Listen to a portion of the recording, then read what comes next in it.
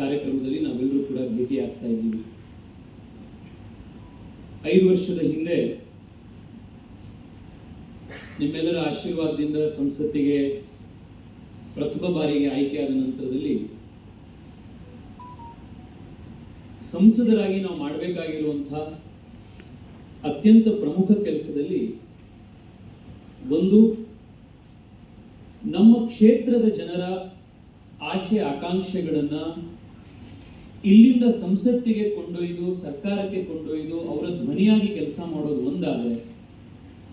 ಎರಡನೇದು ಅಲ್ಲಿ ಆಗುವಂತಹ ಚರ್ಚೆಗಳು, ಅಲ್ಲಾಗುವಂತಹ ನಿರ್ಣಯಗಳು, ಬಜೆಟ್ನಲ್ಲಿ ಮತ್ತೆ ಪಾರ್ಲಿಮೆಂಟ್ನ ಬೇರೆ ಬೇರೆ ಸೆಷನ್ಗಳಲ್ಲಿ ಆಗುವಂಥ ಪಾಸ್ ಆಗುವಂಥ ಕಾನೂನುಗಳು, ಇದ್ರ ಬಗ್ಗೆ ಮತ್ತೆ ಕ್ಷೇತ್ರದ ಜನಕ್ಕೆ ಬಂದು ಅದನ್ನು ಅರಿವು ಮೂಡಿಸುವಂಥ, ಏನು ನಡೆದಿದೆ ಅನ್ನೋದ್ರ ಬಗ್ಗೆ ಚರ್ಚೆ ಮಾಡುವಂಥ, ಮತ್ತೆ ಆ ಚರ್ಚೆಯಲ್ಲಿ ಡಿಸ್ಟಿಲ್ಡ್ ಆಗಿ ಬರುವಂತಹ ಕೆಲವು ಅಂಶಗಳನ್ನು ಮತ್ತೆ ಕೇಂದ್ರ ಸರ್ಕಾರದ ಗಮನಕ್ಕೆ ತೆಗೆದುಕೊಂಡು ಹೋಗುವಂಥದ್ದು ಒಬ್ಬ ಸಂಸದನಾಗಿ ಮಾಡಬೇಕಾಗಿರುವಂತಹ ಅತ್ಯಂತ ಮಹತ್ವಪೂರ್ಣವಾದಂತಹ ಕೆಲಸ. ಇದನ್ನು ಮಾಡಬೇಕು ಅನ್ನುವಂಥ ಉದ್ದೇಶಕ್ಕೋಸ್ಕರ 5 ವರ್ಷದ ಹಿಂದೆ ಸಂಸತ್ ಧ್ವನಿ ಎನ್ನುವಂಥ ಈ ವೇದಿಕೆಯನ್ನು ನಾವು ಶುರು ಮಾಡಿದ್ದು. ಕಳೆದ 5 ವರ್ಷದಲ್ಲಿ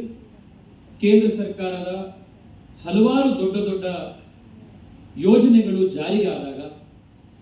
ಅದರಲ್ಲೂ ವಿಶೇಷವಾಗಿ ಪ್ರತಿ ವರ್ಷ ಬಜೆಟ್ನ ಪಾರ್ಲಿಮೆಂಟ್ ಸೆಷನ್ ಕಂಪ್ಲೀಟ್ ಆದ ನಂತರ ಕ್ಷೇತ್ರದ ಜನಕ್ಕೆ ಮತ್ತು ಇದರ ಮುಖಾಂತರ ಲಕ್ಷಾಂತರ ಜನ ಡಿಜಿಟಲ್ ಮೂಲಕ ನೋಡುವಂಥ ದರ್ಶಕರಿಗೂ ಕೂಡ ಇದೆಲ್ಲದರ ಬಗ್ಗೆ ವಿಷಯವನ್ನು ತಿಳಿಸುವಂತ ಉದ್ದೇಶದಿಂದ ಈ ಪ್ಲಾಟ್ಫಾರ್ಮ್ ಶುರು ಮಾಡಿತ್ತು.